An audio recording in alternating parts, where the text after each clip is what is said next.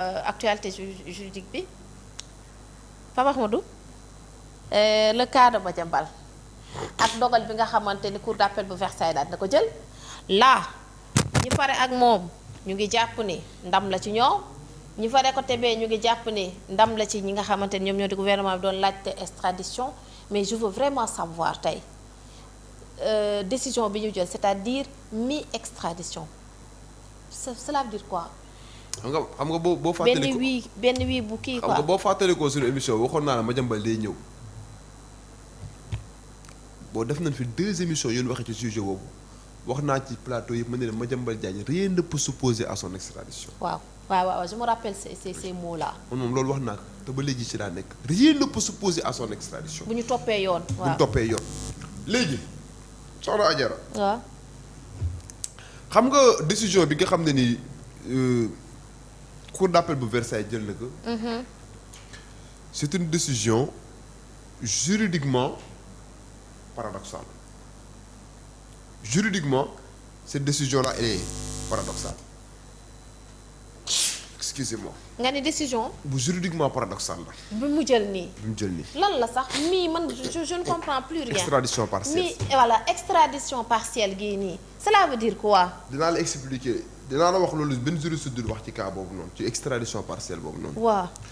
xam nga état du Sénégal dafa demander à ce que ñu extrader Madiambal Diagne parce que il devait être mis en examen devant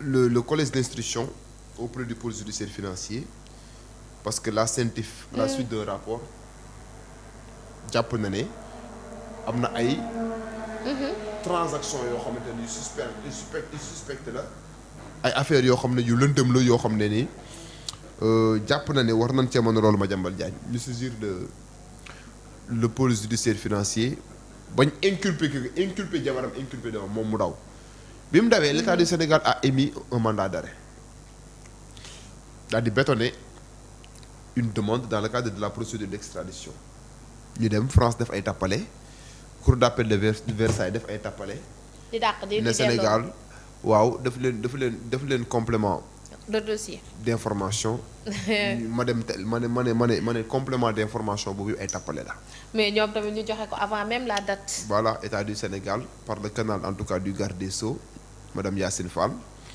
bi nga xamante ne nii ba mu ñëwee ci justice ba léegi nii on constate que y a beaucoup de choses en tout cas qui avancent c'est une dame de fer. ok koo xamante ne nii en tout cas mi ngi mener ay actes pour rehausser en quelque sorte la justice sénégalaise même à travers la modernisation de la justice ak li muy def ci administration pénitentiaire. C'est des mesures en tout cas qui sont salutaires ñu def un complément d'information bien bétonné. te complément d'information bi c'était du dilatoire. ok ñu rendre seen décision ñu ne oui extradition partielle xam nga même bu ñu ñëwee ci extradition partielle bi grawul parce que quoi qu'il en soit Madiambal day ñëw même extradition partielle day ñëw. ah bon non day ñëw c'est forcé. oui mais présentement lan moo bloqué procédure bi. kan moo ko bloqué. xam nga lan décret. ok léegi nag xam nga sénégalais li ñu comprendre mooy ne démb dégg naa ay juristes yu bari daan ne. Madiambal procédure bi dina yéex oui mën naa yéex parce que ay avocats am danoo def pourvoi en cassation. waaw mais ce pourvoi en cassation n'a pas un caractère suspensif du pourvoi en cassation bi avocat yi def. moo suspendre affaire bi de xam nga la moo téye affaire bi. waaw demande d'extradition bu ko juridiction bi validé te juridiction bi validé na ko. waaw. nee na mi extradition bi man laa bëgg a comprendre après nga extradition partielle bi waaw xam nga mooy lan. xam nga mooy lan. waaw toppee leen ki ci fee yi mais bu leen ko toppee ci fee yi mais loolu dinaa ci ñëw. bu may daaneel. loolu mënul ne. waaw dinaa la wax la moo tax mënul ne. d'accord France dañuy nax seen bopp. dinaa la wax la moo tax mënul ne. bi la cour d'appel de Versailles waxee extradition partielle ay avocats ne dañuy def li nga xam ne tey jii moom mooy pourvoi en cassation. waaw le pourvoi en cassation contestant l'arrêt d'extradition partielle n'est pas suspensif mooy suspendrul exécution arrêt bi mais xam nga la moo bloqué procédure présentement nii. dans le cadre de la demande d'extradition ñaari phase la dafa am la phase judiciaire am la phase administrative. la phase judiciaire est close le juge a déjà rendu son arrêt. daal di wax ne extradé naa partiellement Madiambal Diagne la phase judiciaire est close. ok parce que pourvoi bi amul un caractère suspensif. d'accord mais xam nga la mooy inconvénient bi.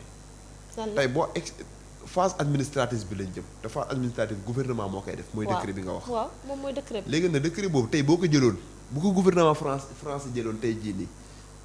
du fa toogaat benn fan. non. Gouvernement français bu jëloon décret bi nii avocat Madiambal Diagne dañuy am opportunité attaquer décret bi devant le conseil d'État.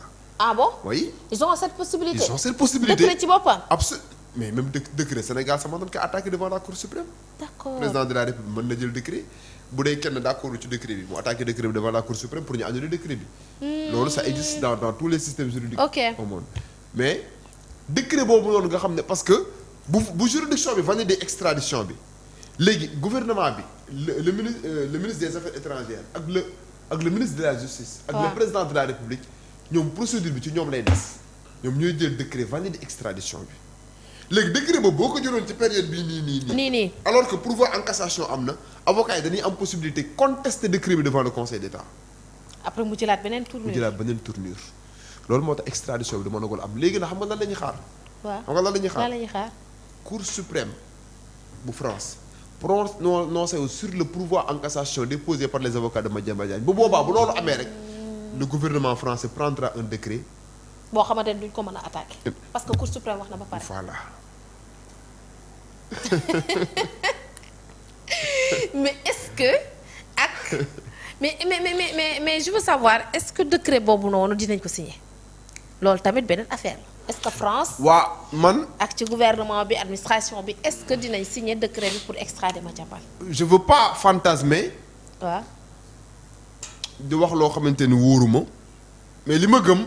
te l'histoire m'a donné raison mooy sur le terrain du droit rien ne s'oppose à son extradition parce que demande d'extradition ñaar yi kese la juridiction bi war a xool bu amee rek da ngay extrader est-ce que le principe de la double incrimination est respecté est-ce que les infractions pour lesquelles Madiambal Diagne est poursuivi sont des infractions politiques France jàpp na ne les infractions pour lesquelles Madiambal Diagne est poursuivi ne sont pas des infractions politiques et le principe de la double incrimination est respecté xam nga la mooy le principe de la double incrimination.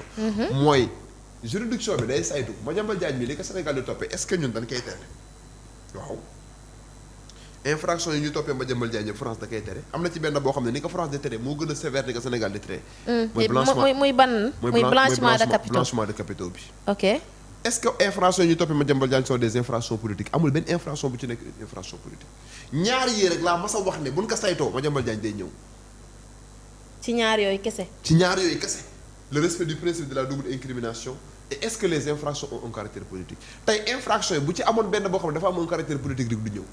bu ci amoon benn infraction boo xamante ne ni France terew ko rek Madiambal Diagne du ñëw.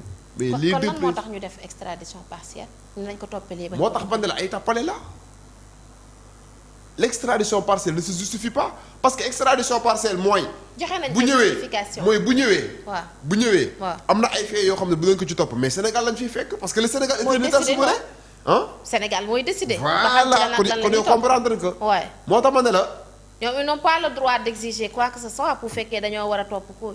mais en matière pénale les États sont souverains soxna Adjara comme tey jii ñu ne non ma jàpp comme tey extradition partielle par exemple ñu ne. non mën nga kaa topp pour escroquerie bi mais blanchiment de capitaux bu ko ci topp. mais loolu fan la am ci àddina c'est un grand n'importe quoi de vouloir nous imposer une extradition partielle te bu ñu ko extrader ba mu ñëw le pôle judiciaire financier aura toute la latitude. tous les privilèges d'appliquer rigoureusement le code de procédure pénale non pas de la France mais du Sénégal parce que infraction yi Madiambal Diagne fii la ko commettre foo commettre ay infraction de les juger en fonction des lois de ce pays-là loolu la ñu tuddee en droit pénal le principe de la territorialité de la loi pénale. ok le principe de la territorialité. un Américain tey bu ñëwoon Sénégal commettre fa infraction bu ñu koy juger dañ koy àtte en fonction de la loi sénégalaise loolu la ñu tuddee le principe de la territorialité de la loi. léegi nag dama extradition partielle boobu noonu day heurté wu au principe de la territorialité de la loi. mooy lan mooy Madiambal bu ñëwee li ñu ko war a toppee dañ koy toppee du France moo ñuy wax nañu. non toppee leen këlima bi leen ko toppee te extradition partielle loolu lay signifié.